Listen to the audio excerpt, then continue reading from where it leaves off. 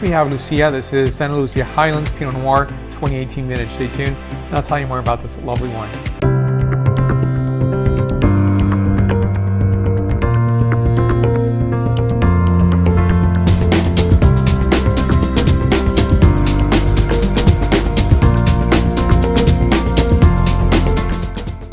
So let me pour a little more in my wine glass, and I want to tell you about this in a moment.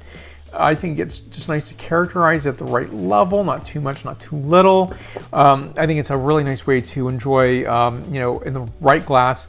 This is Gabriel glass, and sometimes I would say in terms of Pinot Noir, I actually do want a Pinot Noir glass, a Burgundy glass.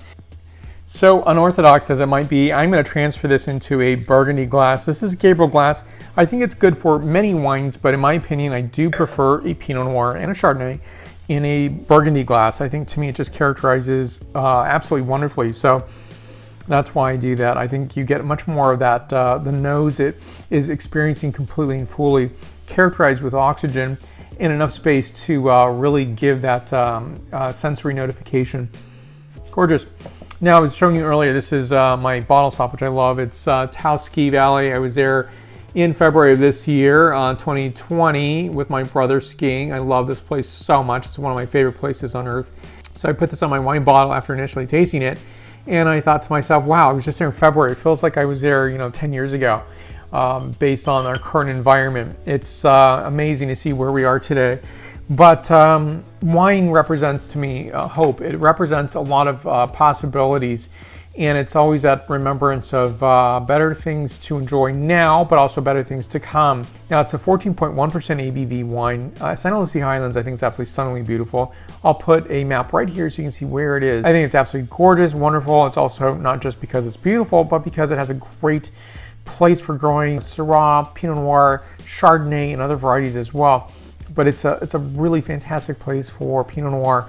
A lovely home there, and very close to the Pacific Ocean. Fog rolls in, and then you have exposure of sun in the morning time, afternoon, coolness sets in, and acidity is allowed to continue its path. The case production is 1,460 cases. Suggested retail is $45. The winemaker is Jeff Pizzoni.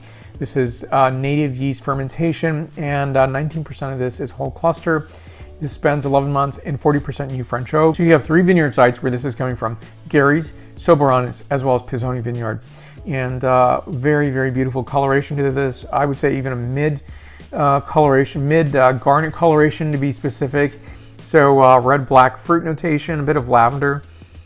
Ethiopian coffee, I'll explain that. Ethiopian coffee to me represents floral notation. It's absolutely one of the most hauntingly beautiful things about Ethiopian coffee is its floral, even stony notation as well. And on this, I would say rose garden in mid-afternoon heat. And next, the palate characterization.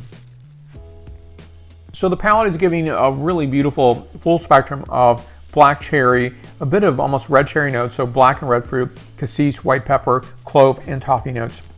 So this wine is 93 points out of 100 points. More information on the producer down below. So there's several things in the box below that you could help me with. If you give a like, I'd really appreciate that. If you subscribe to this channel, if you haven't done so already, again, a big appreciation there. So let's stay connected. You're gonna find me in a variety of social medias: Facebook, Twitter, Instagram, LinkedIn, and WordPress. And you also find me on the Apple Podcasts, as well as Stitcher, Spotify, and also iHeartRadio. Thank you for watching.